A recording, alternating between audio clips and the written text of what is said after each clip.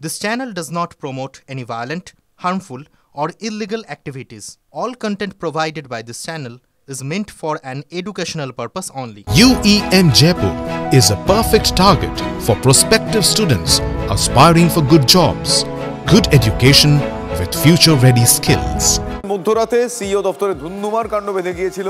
Trinamool BJP সংঘাতের পরিস্থিতি। তৃণমূলপন্থী BLO অধিকার রক্ষা মঞ্চের সদস্যদের ধর্ণা চলাকালীন বিজেপি নেতা সজল ঘোষের নেতৃত্বে বিজেপি সমর্থকরা সিইও দপ্তরে আসেন। দুপক্ষের মধ্যে স্লোগান পাল্টা স্লোগানে উত্তপ্ত হয়ে ওঠে পরিস্থিতি। বিজেপির অভিযোগ, সিইও দপ্তরে তথ্য লোপাটের চক্রান্ত করছে তৃণমূল কংগ্রেস। স্লোগান পাল্টা স্লোগানে রণক্ষেত্রের আকার নেয় পরিস্থিতি। দুপক্ষের মাঝে ব্যারিকেড করে পরিস্থিতি সামাল দিতে হয় পুলিশকে। এরই মধ্যে নির্বাচন কমিশনের দপ্তর থেকে বেরিয়ে যান সিইও মনোজ আগরওয়াল।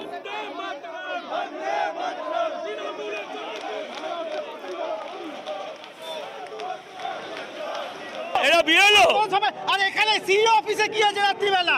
আপনারা ডিআরওর কাছে যাবেন, ডিআরওর কাছে যাবেন। 84,000-এর মধ্যে 4 জন বিএলও কেন? 84,000-এ 4 জন কেন? আমরা গণতন্ত্রের সমর্থক, আমরা গণতন্ত্রের সমর্থক।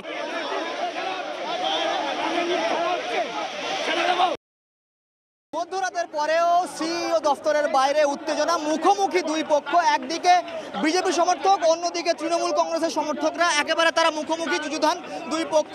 এবং যে অভিযোগ বিজেপির তরফ থেকে করা হচ্ছে যে মধ্যরাতের পরেও সিইও অফিসে যারা বসে রয়েছেন তাদের মধ্যে মাত্র 4 জন বিএলও আছেন এবং বাকিরা তারা তৃণমূলের সমর্থক এবং তারা তথ্য ধ্বংস করতে এসছে বলে অভিযোগ করছেন সজল ঘোষ। এবং সেই জন্যই মধ্যরাতে একদিকে বিজেপি সমর্থক তারা এসে যেমন পুলিশকে বলছে যে কিভাবে তারা বিএলও ছাড়া বাকিরা কিভাবে ভেতরে ঢুকলো সেই প্রশ্ন তারা করছে।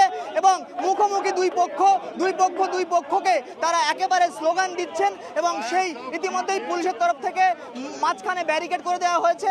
এখানে হেয়ার স্ট্রিট থানার পুলিশ রয়েছে, পাশাপাশি লালবাজার থেকেও পুলিশ কর্মীরা এসছেন এবং দুই পক্ষকেই দুদিকে সরিয়ে দেওয়া হয়েছে, মাঝে গার্ডরেল করে দেওয়া হয়েছে। ডিসি উপস্থিত রয়েছেন এবং গোটা বিষয়টি যাতে এই উত্তেজনা আর না ছড়ায় সেইটা পুলিশ নিশ্চিত করার চেষ্টা করছে। কিন্তু দুপক্ষকে উদ্দেশ্য করে কথা ছোড়াছুড়ি চলতে রয়েছে এবং এই মধ্যরাতেও উত্তেজনা তৈরি হয়েছে সিইও দফতরের একেবারে সামনে। ক্যামেরা সুজিত সেনের সঙ্গে আব্দুল আজিজ, TV9 বাংলা, কলকাতা। প্রথমত হচ্ছে ঢুকলো কি করে? এরা ওখানকার নথি ধ্বংস করার জন্য ঢুকেছে, নথি নষ্ট করার জন্য ঢুকেছে। ওরা এর ভেতরে ঢুকলো কি করে? এটা কলকাতা পুলিশকে জবাব দিতে হবে। আর 84,000-এ 4টে বিএলও এসছে, 4 গাছা, 1 2 3 4। ওদের মধ্যে একজন বিএলও বলছিল আত্মহত্যা করতে হবে। আমি জানতে চাই করেছে এখনো না করেনি? এখানে যদি বসে থাকলে আত্মহত্যা করবে কখন? মিথ্যা কথার একটা সীমা থাকা উচিত, বন্ধ হওয়া উচিত। পুলিশ আমাদের বলছে তোমরা সরে যাও। তারা জানেন তো কিভাবে টেম্পারিং হয়, এই জন্য বলছেন ডেটা টেম্পারিং। উনি এখন কি করতে এসেছিলেন? আর আমাদের উপর কোশ্চেন মার্ক করছেন। আমি টিচার নেই, আবার 4-5 জন মারা গেছেন, অনেকজন সুসাইড অ্যাটেম্প করছেন, ডিপ্রেশনে যাচ্ছেন। আমরা রিকোয়েস্ট করতে যদি আসি তাহলে এটা কি ভুল?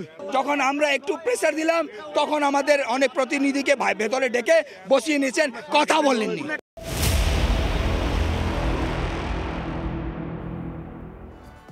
ধর্নায় অনড় তৃণমূলপন্থী বিএলও অধিকার রক্ষা মঞ্চ।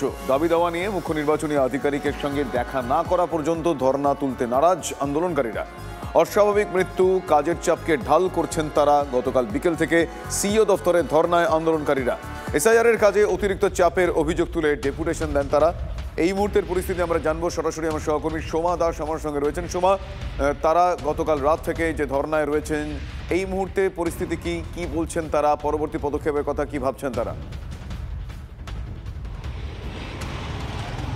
দেখো, আমরা দেখলাম যে গতকাল মিছিল করে বিএলওরা তারা এখানে এসেছেন এবং আমরা দেখেছি যে রাতভর কিন্তু এখানে বিএলও 4 জন বিএলও রয়েছে, তার সঙ্গে কিন্তু বিএলও অধিকার মঞ্চের বেশ কয়েকজন এখনো পর্যন্ত তারা ধর্নায় রয়েছেন। তারা কিন্তু বলছেন যতক্ষণ না পর্যন্ত সিও আসবেন তারা কিন্তু এই ধর্না থেকে উঠবে না। দেখতে পাচ্ছ একেবারেই সিও দপ্তরের বাইরের ছবি।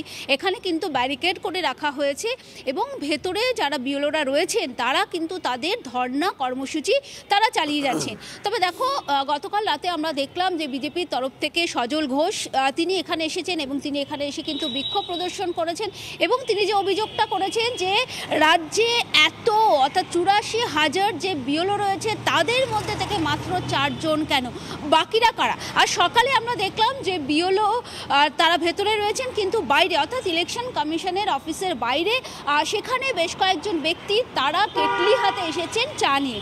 আমার সাথে রয়েছেন, তিনি কথা বলবো। আপনারা কারা যারা চা নিয়ে এসেছিলেন? ভেতরে কি যাওয়ার চেষ্টা করেছেন? কাদের জন্য আপনারা চা নিয়ে এসেছেন বা আপনার পরিচয়টা? ম্যাডাম, আমার পরিচয় সনি সিং হয়েছে। আপনি একটা আগুন কথা বলেছেন কি সজল ঘোষ কালকে এসেছিলেন, তো আপনি এটা মেনশন করুন। আপনি লাইভে আছেন তো? আমার আওয়াজ একটু ফেসে গেছে। কেন সজল ঘোষ এসেছিলেন তো উনি শিয়ার বুঝেন কুকুর, রাত্রিবেলা রাতটা 1টার মধ্যে শিক্ষক বিএলও ওখানে শুয়ে আছে, আর উনি আছেন এক্স কাউন্সিলর নিমুতলা। উনি এখনকার কাউন্সিলর, সরি কাউন্সিলর, উনি কাউন্সিলর, ওনার বাবাও জানি আমি। ওনার 3টা পত্তাখোর বাইক এখানে। আপনি বলুন যে আপনারা কেন এসেছেন? না শুনুন না, সজল ঘোষ এখানে বাইর দিতে তমল ঘোষ এসেছিলেন, 3টা পত্তাখোর এখানে ওর বাইক। সেটা আমরা দেখিয়েছি, আপনারা কেন এসেছেন সেটা বলুন। আমার 13টা এখানে প্রতিনিধি ডেপুটেশন দিতে এসেছে, ওনাকে সিও দেখার জন্যে ডিনাই করেছেন, কি করেছেন। আমরা তো ভিতরে গিয়েছি না, আপনি দেখতে পারছেন, আমরা তো বাইরেই আছে।